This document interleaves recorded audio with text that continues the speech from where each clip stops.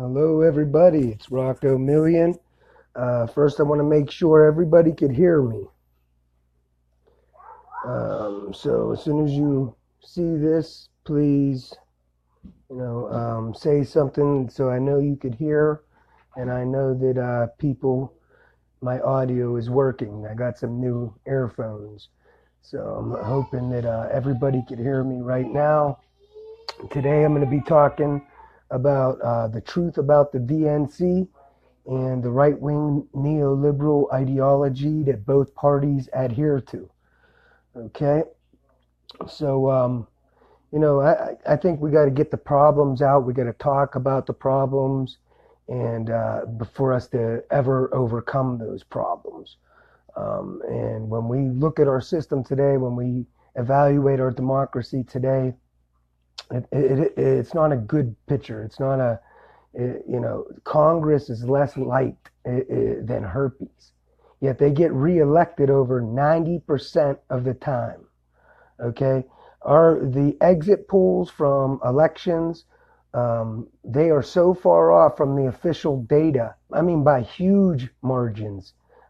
This is stuff that we usually see at, banana republic nations, people that aren't even concerned with trying to appear democratic.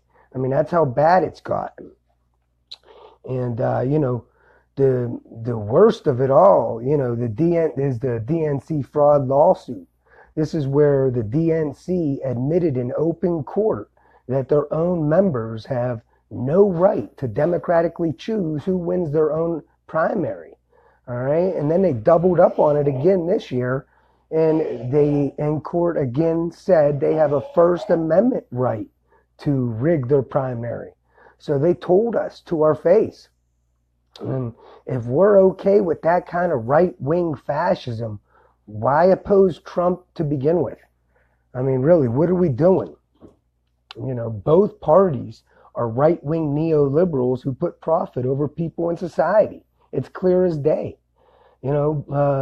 First thing we see, and they'll tell you this in school when you go and learn, both parties teamed up to kill the full employment policies of the New Deal in the 70s. All right. Both parties now, ever since, have been targeting unemployment. That is intentional systemic poverty. When we target unemployment, that's intentional systemic poverty. That's economic terrorism. All right, that's pointless austerity that kills more than drugs and guns combined. And both parties have been doing it since the 70s. Okay? But the thing about it is, union busting is a big part of neoliberalism, okay? Because unions organize collective bargaining power for labor. Most understand that union busting is a right-wing ideology. But what people don't realize is full employment offered far more collective bargaining power than any union could ever dream of. And the Democratic Party was side by side with the Republican Party in killing the full employment policies of the New Deal. So the Democrats are union busters of the worst kind. Okay. They've been targeting unemployment the same as the Republican counterparts ever since the 70s. They have been both engaged in creating systemic poverty throughout our communities. We have to understand this. So don't let anyone ever tell you that our current DNC is for labor. Okay, that's an insult. The Dems have kept a buffer stock of unemployed for the capitalist class to use as a weapon to wage war on labor with. All right, that buffer stock of unemployed puts downward pressure on all labor wages and working conditions. Now the boss don't need to give you a raise. They got millions so desperate and unemployed that they will do your job cheaper than you. So this puts downward pressure on all labor wages and all working conditions. This is the primary reason that our wages have been stagnant since the 70s, while corporate profits, productivity, and cost of living are at record highs. So our wages have been stagnant while productivity skyrockets. That delivers a bigger share of GDP to the top 1%, and it greatly diminishes labor's purchasing power. This is called the income gap, okay? Now, to fill that gap, we only have two choices, either public spending or private credit. That's it. This being the neoliberal era, we use, of course, private debt to fill that gap. So now the 99% are forced into copious amounts of private debt from predatory lenders just to survive and consume production. Okay, but because private credit always dries up, that leads to booms, busts, and bailouts that only help the rich. And government has to move back into a huge deficit position anyway to help the rich. So, it makes no sense. This is neoliberalism. Privatize the public space and deregulate everything. Starve the 99% of public spending so as to force us into tons of private debt just to survive and consume production. We call this the gig economy or the Uberization of the economy. This is where we celebrate working ourselves to death, where, we say everyone should pick themselves up by their own bootstraps. But there are so many hidden costs to neoliberalism. Our whole existence ends up being about the profits of the 1% at society's expense. So when we think about it, both parents have to work now full time, starvation jobs, just to survive. This is what breaks up the family unit, okay? Not drugs, not TV, not rap, okay? It's economic terror perpetrated by both parties on the American people. Without nobody to watch these kids, we get problems of addiction and gangs, plus neoliberalism cuts the social safety net. Things like mental health and education. Our public services become private, for-profit services. Okay, austerity is inflicted on society, and people are now the precarious class, one mistake or accident away from destitution. This makes society cutthroat, okay, all because in a bid to squeeze more profit and more GDP for the 1%, both parties have targeted unemployment. All right, again, that's systemic, intentional poverty. It's as right-wing as it comes. It's right-wing fascism. And both parties have been doing it since the 70s. This is a bipartisan economic terrorism. All right, but both parties have they also love our for-profit imperialism as well. Obama took us from 2 Bush wars to 7 wars for profit. Okay, Hillary bragged about toppling sovereign governments that didn't want to bow down to American interests. All right, listen to how they talk about North Korea. Oh my God, it's disgusting. All right, North Korea has said many times they're willing to give up all their nuclear ambitions if America just signs a legit peace treaty and withdraws all forces from the area. Okay, but really, if you were North Korea and you look around the world and you see America toppling any nation, democratic or not, that doesn't play ball with you, that doesn't deal with you. I mean, ain't you going to want nuclear weapons to protect you from America's for-profit imperialism? Because I know I would, if we're being honest. This is we got to think about this stuff, all right?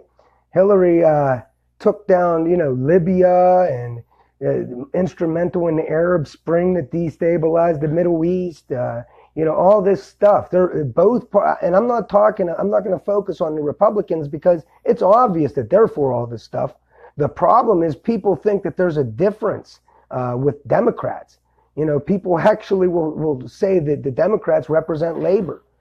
People will say that the Democrats represent the people. They don't so we need to keep saying this truth, as loud as possible. I'll scream it from the rooftops. I don't care. And again, this is bipartisan right-wing imperialism. Both parties are in bed with fossil fuels. Okay, Obama didn't help our water protectors. He let them be terrorized by for-profit mercenaries. They let oil, completely pollute our land for profit. Hillary was okay with fracking. Everyone knows this stuff.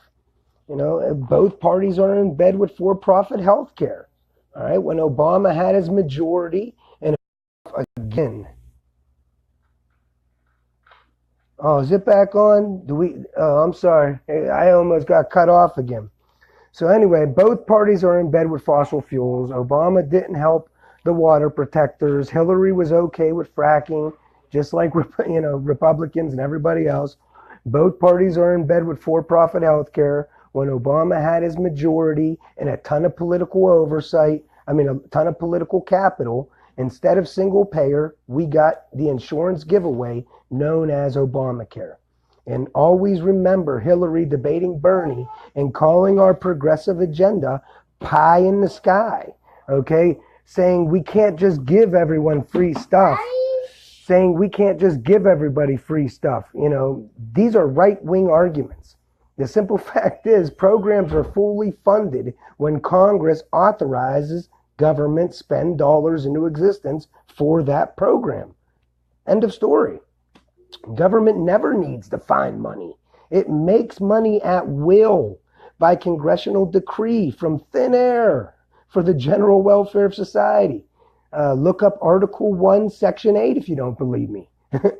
Yet Hillary used those same evil right-wing neoliberal scare tactics to stop our progressive agenda. Then we got the bipartisan for-profit drug war, okay, and vice war. Both sides use race to fear bait people into giving up rights. Both sides inflict police terror on society. We criminalize peaceful behavior in nature. Cops legally rape, rob, and kill people over evil flowers, all in the name of corporate profits. Talk about Sharia law. All right, this is insanity. And don't forget, Hillary's super predator comments come to mind. All right, and this is right before Bill passed the 3 strikes bill and privatized the prisons.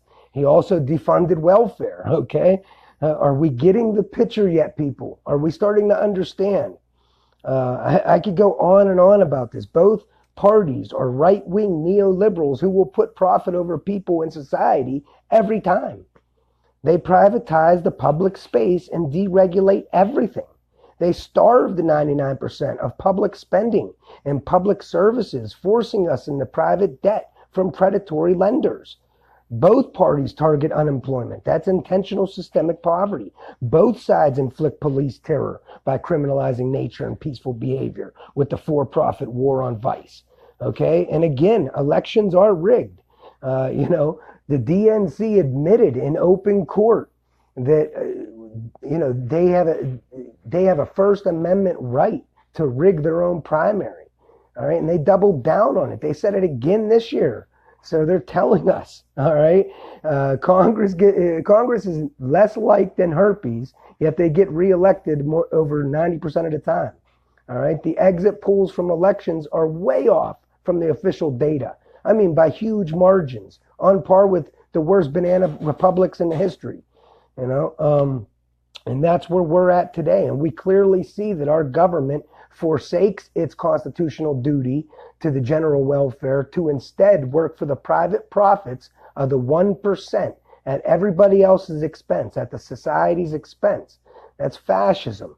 All right. And the main way we see that, and it's clear as day, when you look at, the way our wages have been stagnant since the 70s, when you look at both parties targeting unemployment.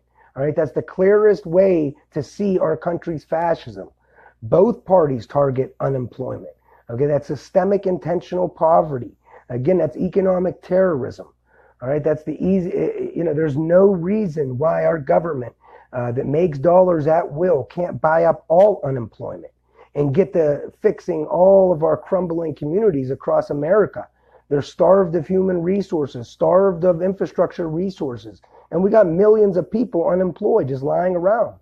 We got millions more underemployed. All right. Why on earth wouldn't our socially owned government maximize that productive capacity with a federal job guarantee? All right. We can meet everybody's base needs in America. We could raise everybody's standard of living without raising taxes, without making cuts. All right. And we can do this stuff regardless of federal revenues, regardless of the exchange rate, regardless of the markets, foreign or domestic, regardless of the Federal Reserve or any other scare tactic. Okay, government never needs profit or revenue. So we can always do this. We have to collectively unite in solidarity. And don't get the wrong idea. Just because the elections are rigged, we always still must vote. We don't give up our rights just because they're being threatened. You understand? We don't give up our rights just because they're being threatened. We double down and we fight for them rights, okay? We, as real progressives, we support real progressives anywhere they are, in the Democratic Party or anywhere, okay?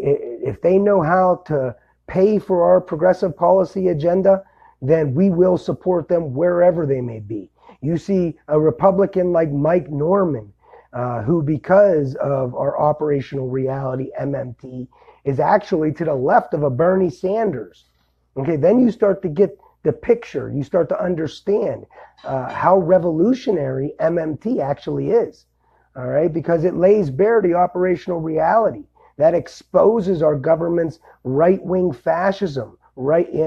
That exposes our government's corruption in every way. It unites all sides. Republicans, Marxists, Democrats, Greens. It unites us all for the public purpose.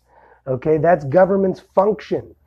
Article 1, Section 8 mandates government mint and tax to provide for the general welfare of society. Okay, that socially owned government is supposed to work for the public purpose and let the individual make what they can from the balanced economy that ensues. Okay, our socially owned government is never supposed to work for the private purpose of the individual and force our society to make do with the scraps. That's simply fascism. We, the people, have all the power collectively. So, don't say that, oh, our elections are rigged. Our government works for the 1%, so we can't do anything. We're powerless. That's what the ruling class are depending on. They need nihilists. They need defeatists because, that stops progress, okay? That brings, when you shit on good ideas, a lot of other people that may have been inspired, end up walking away feeling defeated, feeling dejected, and they don't even give it a try. So that's why MMT is so powerful, because it allows us to destroy these myths with simple logic and scientific fact in a nonpartisan way. Okay, and that's how we unite for the public purpose. So please learn MMT, learn the public purpose. Look up people like Dr. Stephanie Kelton, Dr. Bill Mitchell, Dr. Joe Firestone, Dr. Stephen Hell, Dr. Fidel Kaboub. Look up people like Ellis Winningham, Warren Mosler, Mike Norman, Pavlina Chernova. Follow real progressives, follow Deficit Owls, follow the Modern Money Network, on all these different social media platforms, because they're the ones speaking truth to power. All right. They're the ones that are for the 99%. They represent the bottom income distribution. Okay. Because that's the only way to balance an economy.